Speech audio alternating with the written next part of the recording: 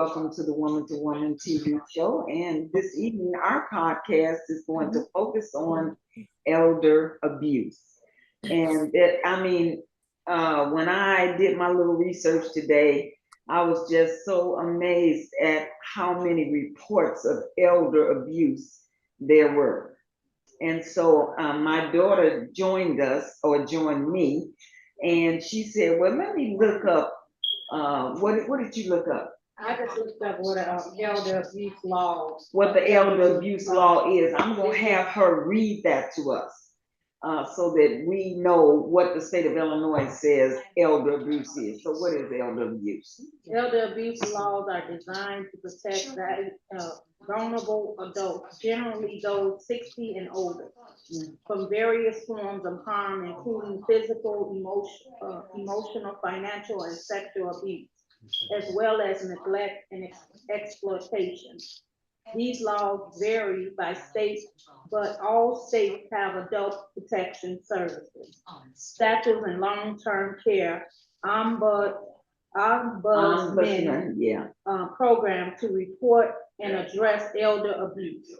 The Federal Elder Justice Act, passed in 2010, provided further support for these efforts by coordinating the federal response and funding for elder abuse protection and intervention. Thank you. Thank you. So elder abuse is being recognized by the states across the country, and that's good because it needs to be recognized.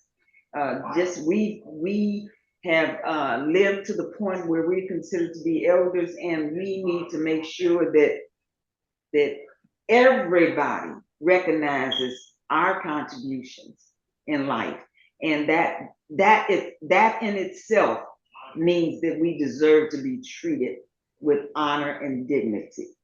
And that is why I thought this show was one that we needed to do. Now, I'd like to take just a moment to have everybody introduce themselves and just give me a 1-minute brief on who you are and what you do. So I'll start. I'm Wanda Carter. I'm your host, and I am the publisher of the Chicago Communicator News Media, and I am the station chief for the organization. We have credentialed reporters, journalists, photographers, and videographers. So if you need somebody to come and film something or take some pictures of something, or you need somebody to write an article about something that you want to promote, then please give us a call because that's what we do. All right, so let's see. I see iPhone. I don't know your name. I don't see your name. So please tell me your name and what you do. I call iPhone pad. Oh, let me see. It says iPad. And the last 4 digits are 8. You would 003. Okay, 003. The lady with the glasses. Both of them with a necklace. Well, it's not a necklace. A shirt that goes all the way up. It's beautiful. Okay, are you speaking to me, Miss Millie? Yes. Okay. Your name is not there, so I need to put your name up there. What's your Dr. Mildred McGee Morris. Okay, let me put that name up there so I won't forget. Dr. Mildred McGee Morris? Yes, Morris. Morris? Yes. Dr. Morris. Okay, thank you so much, Dr. Morris. That is my maiden name. Okay. So, Dr. Tell us a little bit about yourself. I am 77 years old, a widow of a U.S. Air Force doctor, and a lifelong educator who overcome illiteracy at the age of 47 years old to teach others how to read. Today, I stand before you as not just as a teacher, a mother, or grandmother, but as a victim of a growing national crisis, elderly abuse through fraudulent property siege. Oh, wow. That is, I know we got to come back to you and you're going to tell us this story. But let me have Sister Karen introduce herself. Sister Karen, Okay, so hold on. Luna, quiet. Come on in here. I'm sorry, my dogs are I not got it. trained, okay? I got it. Okay, I'm a friend of Mertine. I'm Dr. Karen James Preston. I'm I would say, a semi-retired veterinarian. And I practiced for a number of years. And I still practice on the side. I make house calls, just I do limited surgeries.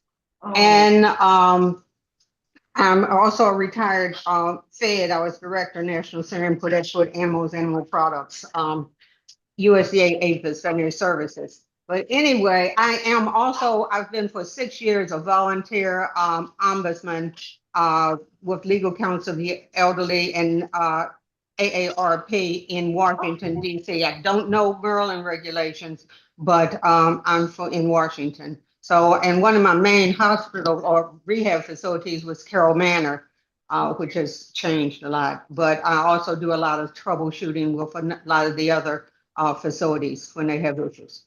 okay, all right. And then we have another iPhone caller, Dottie. Hi, yeah, I'm Dottie Higgins. I'm a friend of Dr. Millie Morris, Yeah. and I've been with her through some of these horrible things that she has been experiencing through this elder abuse. I'm a retired senior executive assistant, and I live in Bel Air. And I have a daughter who is an educator. So I'm interested in hearing what you guys have to say. Oh, thank you so much. Well, I'm gonna go right back to Dr. Morris because, this whole focus came to my attention via her friend, Miss Linda Fulton. And I said, this is a lady that we need to talk to find out exactly what happened, how it happened, and what, if anything, we can do to assist. So please, doctor, please just take the floor and tell us what we need to know. I have a short outline of what is going on. Around March 20th of 2025, this year, Bully Rock, a Maryland homeowners association, and its attorneys used forged documents to literally seize my home and ban me from my very property I had lived in and paid for over 17 years. This fraudulent deed was recorded in 2025, but falsely claimed that my home was sold to them in 2024 throughout. Are we still on? Yes. Oh, in 2024 through a sheriff sale, allegedly signed by my husband, which was impossible because my husband had already passed in October 15, 2020. That's deep. Oh my goodness. Despite the blatant fraud, abuse, and repeated threats, the home still remained in my name with my lender, Rocket Mortgage. I have continued to pay the mortgage, homeowners insurance, property taxes, and all related expenses since my husband passed in 2020.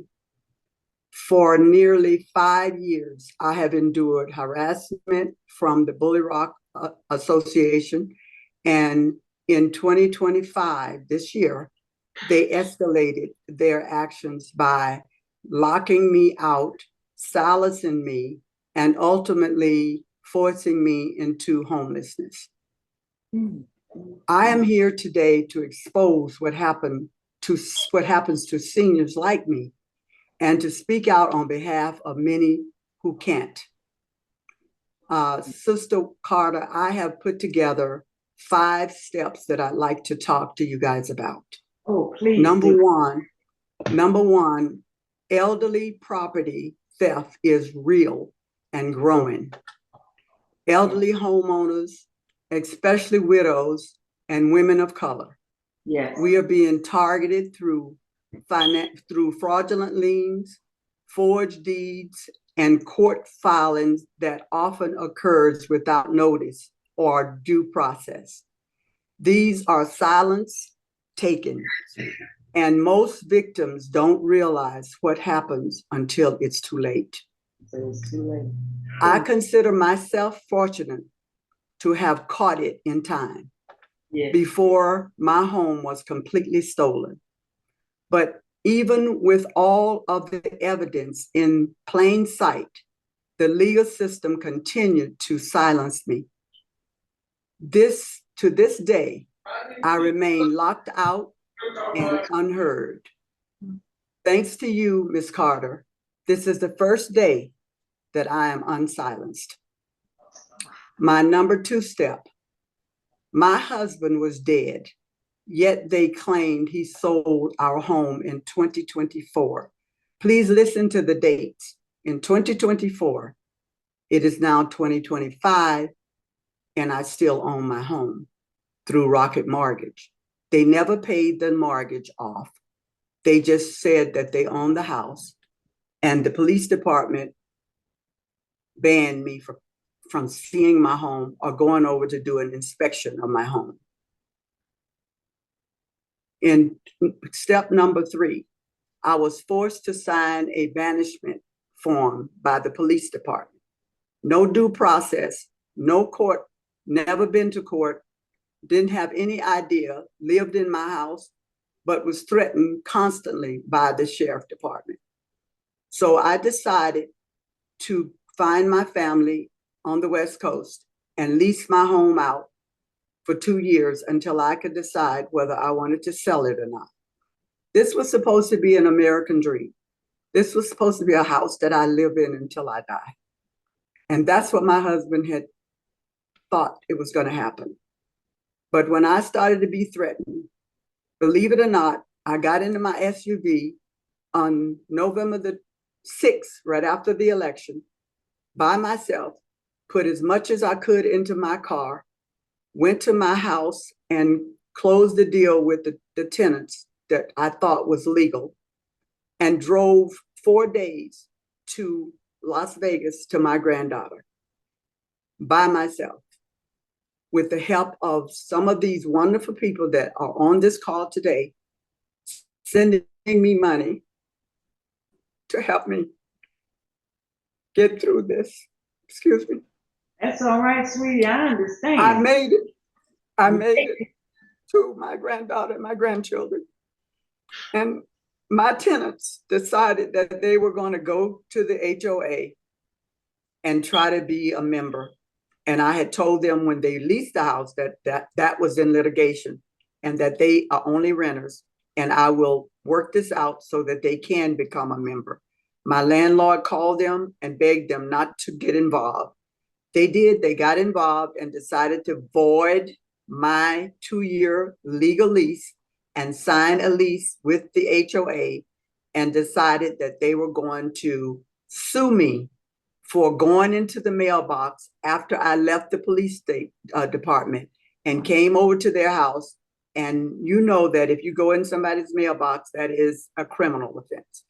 And lo and behold, to me, I was on my way back to, since I was banned, I was going back to Las Vegas on the 14th of March and found out that I had a criminal case against me by my tenants. I decided then, and my friends had already paid for a ticket for me to fly back. I had to cancel the ticket, and I was going to show up. I was never going to ignore the court, even though I was not served. I showed up in court, and the tenant was sitting by the door next to all the police officers that were waiting to arrest me for being a criminal. But he did not expect me to show up because they thought I was back in Las Vegas because they did not serve me. When this gentleman saw me, he bolted out the door, and no police officer, nobody went after him. They let him run. I stood up before the judge, and I was distraught because this was like the 4th time I stood up before a judge and could not speak. I was silenced. But this judge allowed me to speak, and he dropped the case. But even with all of that, those people, to this day, that was in March, it's still living in my house. I paid for all the fees to have them evicted, and I have been silenced on that. They refused to do it. They were told, the court was told that I was an 87-year-old woman, distraught because my husband sold my home from under me. That was his statement, because the sheriff told me when she took me in the room to sign the document to go through with the case. When he saw me, he ran. So that was all not true. My husband never sold my home. This was all fraud. Oh, my goodness. And the next step I wanted to talk to you about is number 5. I'm not fighting just for myself. I want to make that clear. I'm fighting for every elder person who was silenced and has been taken advantage of. A sheriff representative came to my home before I left on several occasions, and I even called the police, and I have records of them harassing me and making me cry, frightening me, which is the reason I drove away from there. Today, I am publicly sharing the full documents that I sent to you, Ms. Carter. Those documents I sent today prove to you that your having me speak out is legal. I will never tell a lie. I have proof that Rocket Mortgage and my title company that I paid for, your title company is supposed to support you on fraud. Yes. They took the side of the HOA and said that in their clause that the HOA say that they have fees. And so if they're fees, they have a right to take my house. Just like your daughter, I did my research on Maryland's law as well. That is not true. Nobody can take your house in Maryland if you have paid your house note, your taxes, and you're in good stead. You're not in foreclosure. The only thing the HOA could do, if that fee was true, which it wasn't, was to put a lien on my house. And when I sold it, the $6,300 would have been paid to them.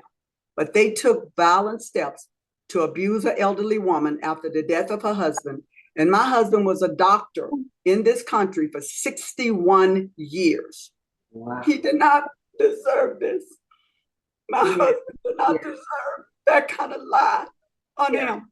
He would never have done that to me. I was married to him I was married to that man for 31 years. He would never have done that to me.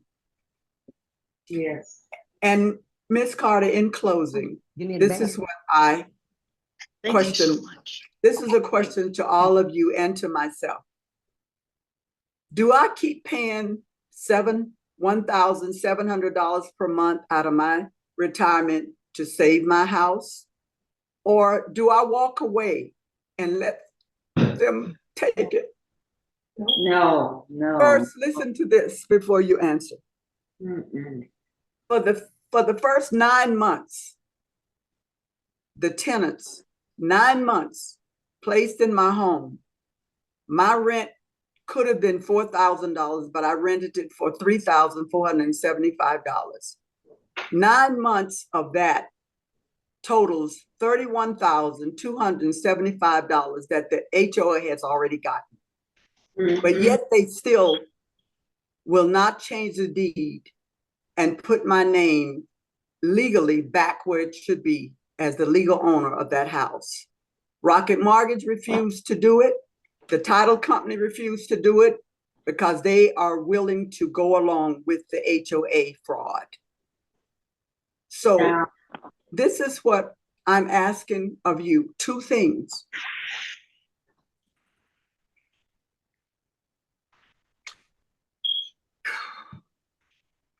I'm asking for anybody out there that could find a courageous, ethical attorney, not necessarily live in in Maryland, but has a Maryland real estate license that can fight this with me and defend the truth.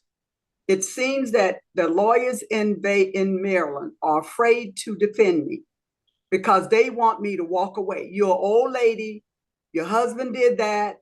They don't look at the evidence. They think I'm stupid. Just walk away. I'm not going to walk away.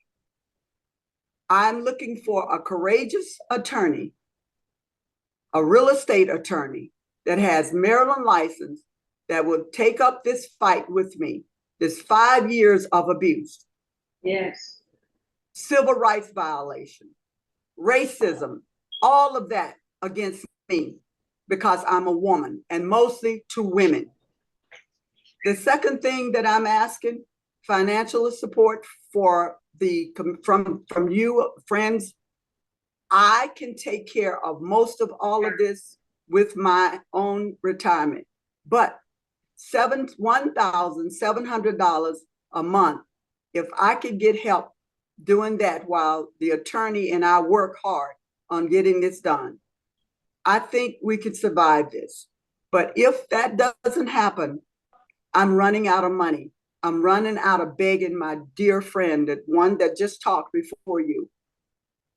I need help for just $1,700 a month for the next 3 or 4 months while we come to a solution as to what I can get for what they have done to me. And I will tell you, I have filed a criminal case against the tenants in my house. I don't know if the court's going to do it.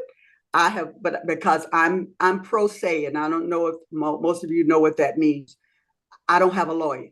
So if you don't have a lawyer, they ignore you. You put on the back burner.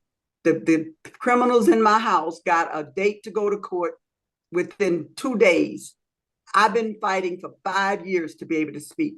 And every time I can't get a date. So that's what I ask. And I have friends on this that can tell you I'm not a liar. I'm telling you everything that's the truth. That's what I'm asking for.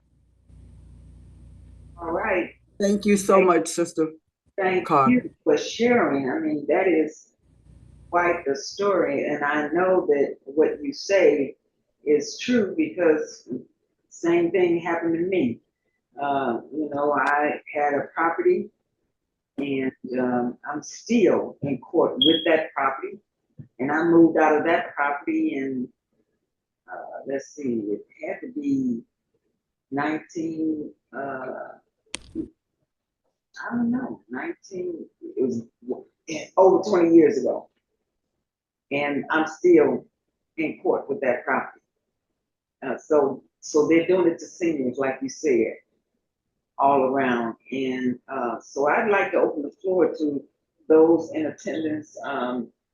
Do you have questions for Dr. Mount Morris? Do you have solutions, any recommendations?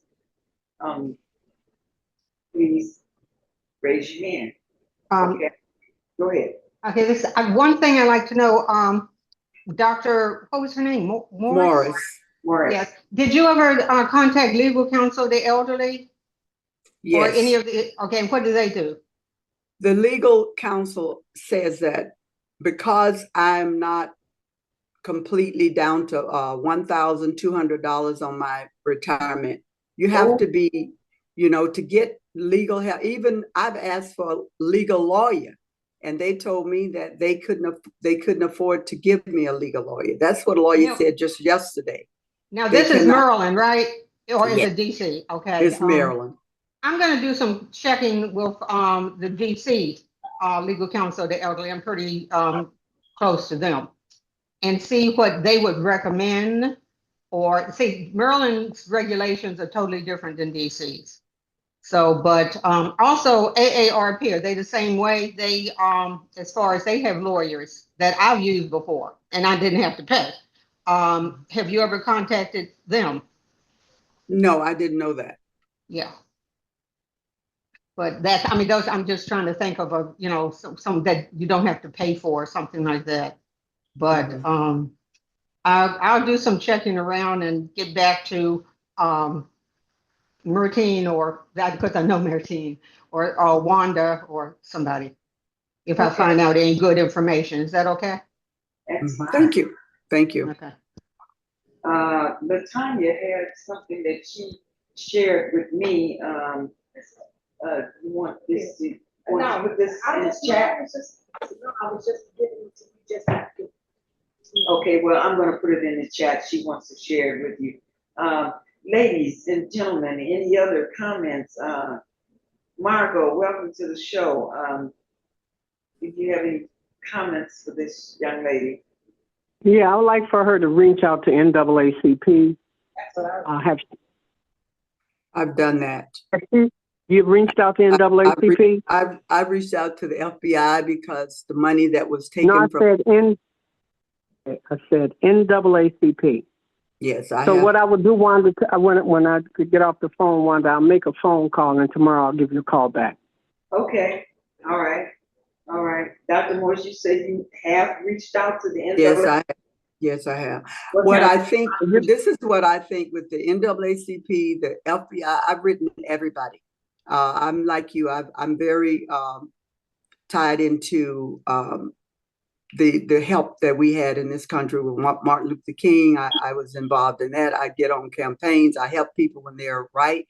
I wrote everybody, but I think what's happening is that they see it as a litigation. So if it's in litigation, they can't do anything to you until it's out of litigation. It's been out of litigation. That's the HOA telling them that. There's no litigation against me with the HOA at all. I am the one that's been filing against them and not able to get a date to talk like I talk today, to be able to tell you what's really going on. I've been ignored because here I am without a lawyer filing all these cases, and it doesn't matter. I'm never going to be heard. So I've got to find a lawyer willing to fight. Okay, I'd like to just find out, did you receive a letter from NAACP saying they cannot help you? No.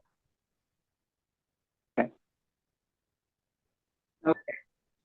All righty. And I wrote the NAACP the first time it started happening when my husband was still alive in 2020. I saw it. I knew that they were coming after me and doing what they were doing. And I called the NAACP. I even went to the NAACP meetings. I have friends on this thing right now. They went with me for several things with the NAACP. And Oh, let me say, Dr. Morris, you just made a statement. I think it was incorrect.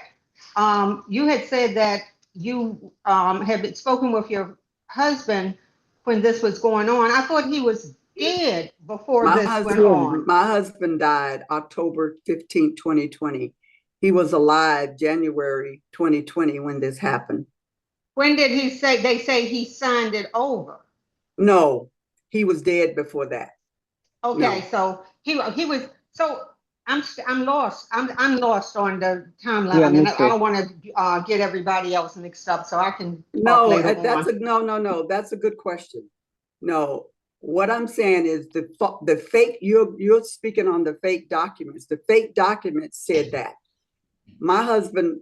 The fake document says that my husband signed and sold this property in 2024 to Bully Rock for $6,300. Okay, and you show his death certificate, so that proves that it's false anyway. Right. So I don't understand how a judge could have agreed with something when that's false. I don't think the judge agreed with it. That's them out there telling the police that. No, I don't think any judge agreed with that because I've never went before judge. This has never been ratified. That's the problem. That's it, though. No, Okay. this has never went before judge. No judge has given them the right to take my house. I have to stand on that. I'm trying to figure out how the police can't just go in and do, Right. something else is going No, they on can't. behind the scenes that you might not even be privileged or that we aren't privileged of. You can't even put your. Yeah, You I'm can't do so nothing glad. until you get before. Well, what is being said is that because the police called me 2 days ago and the sheriff department, and they said that Miss Morris, this has been ratified in a court of law. And I said, with who? I'm the owner of the house, so it hasn't been ratified with me. So it's telling me that they are believing what the sheriff and the police is showing them. They're not investigating. They're not looking at this to find out, okay, was Miss Morris standing before a judge and the judge said the house is gone?